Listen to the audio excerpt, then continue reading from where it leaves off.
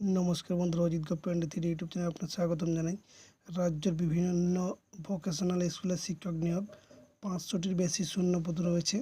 রাজ্যের সমস্ত স্কুলে এবার কারিগরি শিক্ষা বা ভোকেশনাল বিষয়ে শিক্ষক নিয়োগ করতে উদ্যোগী হয়ে উঠেছে রাজ্য সরকার। এর জন্য ইতিমধ্যে পশ্চিমবঙ্গ কারিগরি শিক্ষা দপ্তরের তরফে বিজ্ঞপ্তি জারি করা হয়েছে, কিন্তু এখানে যারা পাবেন চাকরি কিভাবে আবেদন করা যাবে জেনে নিন এই প্রতিবেদনের মাধ্যমে।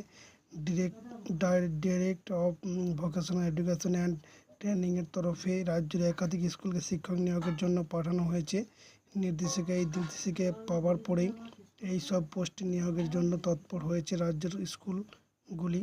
যদিও সরকারিভাবে ভোকেশনাল শিক্ষক পদে মোট কতজনকে নিয়োগ করা হবে তা এখনও স্পষ্ট করা হয়নি, তবে এখানে আনুমানিক শূন্যপদের সংখ্যা 500-এর আশেপাশে থাকবে বলে জানা গিয়েছে।